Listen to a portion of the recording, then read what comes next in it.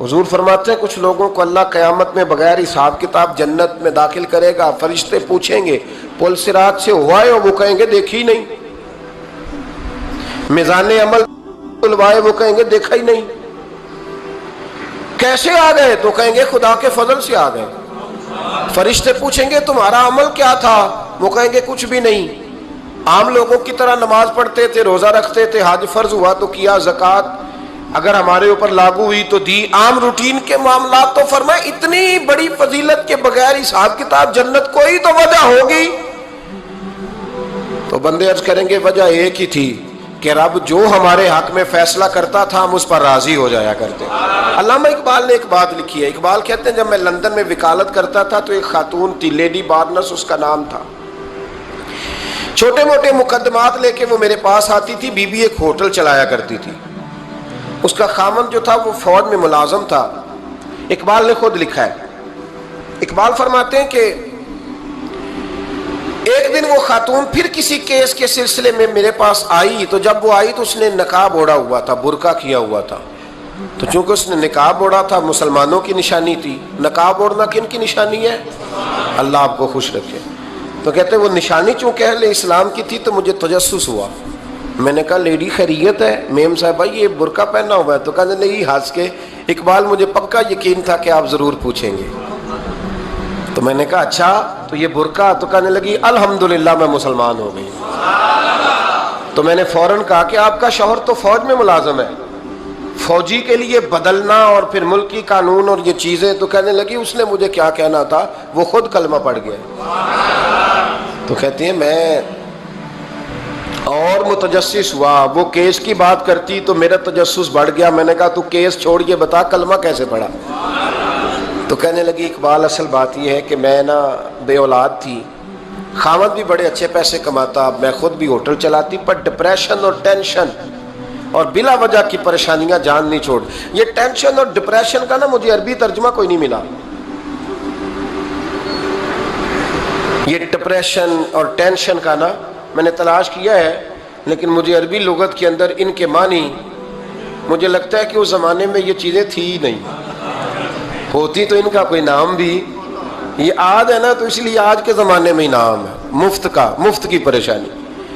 تو کہتی ہے مجھے ٹینشن اور ڈپریشن رہتی تھی ہر وقت، بڑی میں پریشان رہتی تھی۔ میرے ساتھ ایک عجیب واقعہ ہوا کہ میرے ہوٹل میں نا ایک بابا جی برتن مانجتے تھے، بوڑھے آدمی تھے، 70 سال کے قریب عمر تھی۔ ان کا ایک بیٹا تھا، ایک بہو تھی، ایک پوتا تھا، لیکن وہ بیچارے بیٹا بیمار رہتا تھا تو لہٰذا وہ خود مزدوری کرتے تھے۔ کہتی ہیں ایک دن وہ بابا جی میرے پاس آئے، کہنے لگے میم صاحبہ 2-4 دن کی چھٹی چاہیے۔ تو میں نے کہا خیریت ہے؟ کہنے لگے میڈم میرا بیٹا فوت ہو گیا۔ بیٹا، آپ کو پتہ ہے باپ کا جنازہ پڑھنا آسان ہے، بیٹے کا جنازہ اٹھانا بڑا مشکل کام۔ کہتی ہے میں کچھ لکھ رہی تھی، میرے ہاتھ سے قلم گر گیا، میں نے خود گاڑی بھیجی، بابا جی گاؤں چلے گئے جہاں وہ رہتے تھے۔ کہتی 2-3 دن کے بعد میں اور میرا شوہر گئے تو رستے میں ہم باتیں کر رہے تھے کہ کیا تعزیت کریں گے، ایک ہی بیٹا تھا، کوئی رشتہ دار بھی نہیں، تو اس کی تو کائنات اجڑ گئی، کن لفظوں سے اسے تعزیت کیا کہیں گے۔ کہتے جب ہم گئے تو وہ ٹوٹی ہوئی چٹائی پہ بیٹھا تھا، کچھ لوگ قریب تھے، ہم نے جا کے کہا بابا آپ مسلمان ہیں، ہم آپ کو کیا نصیحت کریں، ایک ہی بیٹا تھا، کہ کس طرح کر کے ہم آپ کو تسلی دیں۔ تو کہتے ہیں اس نے آنکھیں کھولی، بوڑھی آنکھوں میں ایمان کی روشنی، کہنے لگا بی بی کیا تعزیت کی بات کرتی ہو، میں نے کوئی پیسے جمع کرا کے بیٹا لیا تھا، خدا نے فضل سے دیا تھا، عدل سے لے گیا ہے، میں اپنے رب کے فیصلے میں بڑا راضی ہوں، اللہ بڑا کریم ہے، وہ لے گیا، اس کا مال تھا۔ آپ یقین کریں ہمارے دیہاتی لوگ یہ کہا کرتے تھے، میں نے کانوں سے سنا ہے، ایک بوڑھے آدمی کا ایک دفعہ بیٹا فوت ہو گیا تو کسی نے اس سے کہا بابا چھوٹی عمر میں بچہ چلا گیا تو مجھے لفظ نہیں بھولتے، کہنے لگے پتر اللہ دی فصل ہے، کچی وڈے تاں وی دیے۔ سنے آپ نے بھی کبھی یہ فکرہ، کچی وڈے تے پکی لے جائے تے تاں وی ہے جو دی، تو جب اس کا جی چاہا وہ لے گیا۔ اللہ اکبر۔ وہ خاتون کہتی ہے کہ وہ بابا جی سے میں نے کہا کہ چلو آپ 1 مہینے کی چھٹی کر لے، تو کہنے لگا نہیں میڈم میں مسلمان ہوں، مفت کی روٹی نہیں کھاتا، مزدوری کر کے کھاتا ہوں، میں انشاءاللہ 2-3 دن کے بعد کام پہ آ جاؤں گا۔ کہتے ہیں وہ چند دنوں کے بعد آ گیا. اللہ کی قدرت کے ابھی 2-3 ماہ گزرے تھے پھر آیا. میڈم چھٹی چاہیے کچھ دنوں کی. میں نے کہا خیریت ہے؟ کہنے لگے وہ میری بہو بھی ہارٹ اٹیک سے فوت ہو گئی. کہتے اب میں بھی تڑپ گئی اور عیسائی ہو کہ میری آنکھوں میں آنسو آ گئے. میں نے کہا گھر کا دروازہ بند ہو گیا, اب یہ بیچارہ کیا کرے گا؟ وہ اپنے شوہر کے غم میں ہارٹ اٹیک سے فوت ہو گئی. کہتے ہم پھر 2-3 دن کے بعد تعزیت کے لیے گئے. پھر ٹوٹی ہوئی چٹائی, بوڑھا نہ اپنی انگلیوں سے زمین پر کچھ بنا رہا.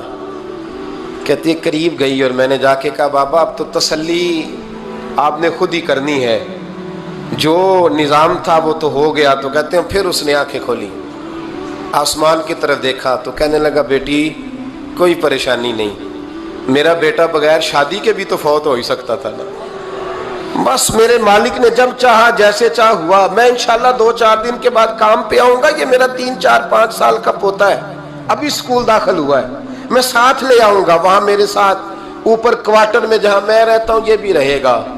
کہتی ہے میں سختے میں آ گئی اس کی کیفیت دیکھ کے. وہ پوتے کو ساتھ لے آیا.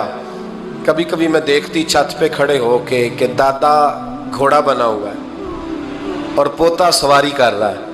وہ سویرے اٹھتا اس کو سکول چھوڑ کے آتا, شام کو لے کے آتا, پیار کرتا, محبت کرتا. تیسری منزل پر ہم نے ایک کوارٹر دیا ہوا تھا, وہاں دادا پوتا رہتے. اللہ تو بڑا بے نیاز ہے. کہتی ہے اقبال ایک دن نا پوتا اوپر والی منزل پہ کھیل رہا تھا, اس کا پیر پھسلا, وہ گردن کے بل زمین پہ گرا. مجھے خبر ہوئی تو میں دوڑی, ایمبولینس منگائی.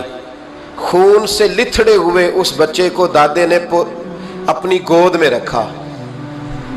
اور جب ہم ہسپتال کی طرف گئے تو ہاسپٹل بعد میں آیا, جناب اسرائیل پہلے آ گئے اور کہتے ہیں وہ گود میں دم توڑ گیا. پھر دادے نے اسے اپنے ہاتھوں سے غسل دیا, پھر اس نے اپنے بوڑھے ہاتھوں سے قبر کھودی اور پھر مٹی ڈال کے کہنے لگا انا للہ و انا الیہ راجعون. جے سونا ہی میرے دکھ وچ راضی, جے سونا ہی میرے دکھ وچ راضی. پھر سکھ نو چلے ڈاواں. کہتے ہیں وہ مٹی ڈالی اس نے, اور جب وہ واپس پلٹا تو میں بازو سے تھام کے ہوٹل قریب لائی اور میں نے اس کے قریب کہا کہ بابا تو ٹوٹ گیا ہے, تو بکھر گیا ہے. مجھے محسوس ہوتا ہے کہ اب نہ تیری راتیں اور تیری صبحیں اور تیری شامیں غموں میں گزریں گی. تو کہتے ہیں یوں اس نے ہاتھ رکھے اور یوں آنسو چھٹک دیے. کہنے لگا میڈم کیوں میرے اندر کوئی عقیدہ نہیں, میں کوئی لوارث ہوں, میرا کوئی رب نہیں, میں کیوں پریشان رہوں گا؟ میں تو پکا ہوا پھل ہوں. تھوڑے دن گزریں گے قبر میں جاؤں گا, اور جب جنت میں جاؤں گا تو اللہ میری بیٹے سے بھی ملاقات کرائے گا, میرے پوتے سے بھی ملاقات کرائے گا, میرا رب ساری ملاقاتیں کرا دے گا. میں اپنے اللہ کی رضا پہ بڑا راضی ہوں. وہ خاتون کہتی ہے میرا اور میرے شوہر کا کلیجہ پھٹنے لگا. میں نے کہا بابا یہ جذبہ کہاں سے ملتا ہے, یہ سکون کہاں سے آتا ہے, یہ کیفیت کیسے ملتی ہے؟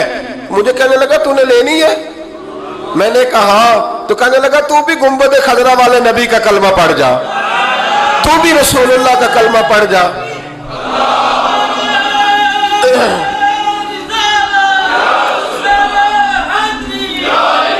میرے محبوب کا کلمہ پڑھ, اللہ تجھے سکون عطا کرے گا. ایک حدیث نہ پڑھ لو مسلم شریف سے, بخاری سے ایک حدیث نہ پڑھ لو تاکہ یہ بات مضبوط ہو جائے.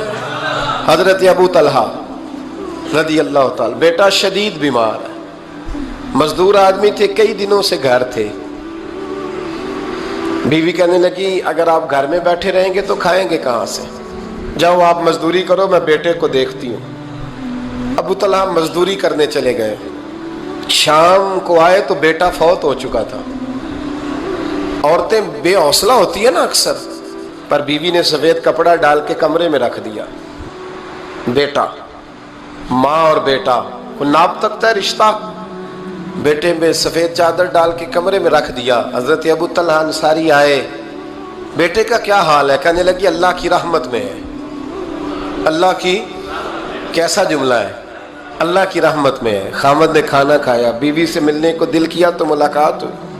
فارغ ہو کے بیٹھے تو خاتون اٹھ کے نا خاوند کے قریب گئی, اس کا ہاتھ تھاما, کہنے لگی نبی کریم علیہ السلام کے صحابی ہو, ایک مسئلہ دریافت کرنا تھا, بتاؤ گے؟ کہ پوچھو. کہنے لگی اگر کوئی آپ کے پاس امانت رکھوائے اور پھر اپنی امانت واپس مانگے تو کیا کرو گے؟ حضرت ابو طلحہ کہنے لگے پوچھنے والی کیا بات ہے, جس کی امانت ہے واپس کر دیں گے.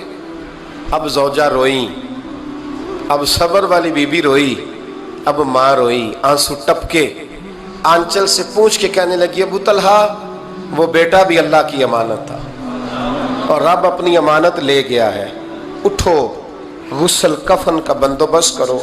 حضرت ابو طلحہ اٹھے, کامتے کامتے ہاتھوں سے غسل کفن دیا, مسجد نبوی میں پہنچے, محبوب کی بارگاہ میں عرض کیا تو رسول کریم فرمانے لگے تیرے اور تیری بیوی کے عمل سے اللہ بھی بڑا راضی ہے, اللہ کے رسول بھی بڑے راضی ہیں اور اللہ تجھے برکت عطا کرے گا. صحابہ کہتے ہیں پھر اللہ نے انہیں 9 بیٹے عطا فرمائے, پھر اللہ نے انہیں, اللہ کی رضا پہ راضی رہنا سیکھو, اللہ کے قریب چلے جاؤ گے. اللہ کی رضا پہ حضرت سفیان ثوری دعا مانگ رہے تھے, یا اللہ راضی ہو جا, یا اللہ راضی ہو جا, یا اللہ راضی ہو جا, دعا مانگ رہے تھے. بی بی رابعہ بصری پردے کے پیچھے بیٹھی تھی, جب دعا لمبی ہو گئی تو کہنے لگی سفیان بس کر, کوئی اگلا لفظ بھی بول, بس کر. آپ فرمانے لگے تجھے کیا ہوا؟ تو کہنے لگی تو کب سے کہہ رہا یا اللہ راضی ہو جا, یا اللہ راضی ہو جا, پہلے اپنے دل پہ ہاتھ رکھ کے بتا تو اللہ سے راضی ہے؟ تو راضی ہے اللہ سے؟ تو روز نہیں کہتا پیسے نہیں ہے میرے پاس مجھے دے, تو روز نہیں کہتا یا اللہ فلانی چیز کوئی نہیں دے, اے اللہ فلاں کو دے دیا مجھے کیوں نہیں دیتا معاذ اللہ, تو روز شکوے نہیں کرتا؟ فرمایا پہلے تو راضی ہو جا. ترمذی شریف کی حدیث ہے, میرے نبی کریم علیہ السلام نے فرمایا تم اللہ کے دیے ہوئے تھوڑے رزق پہ راضی ہو جاؤ, اللہ تمہاری تھوڑی عبادت سے راضی ہو جائے.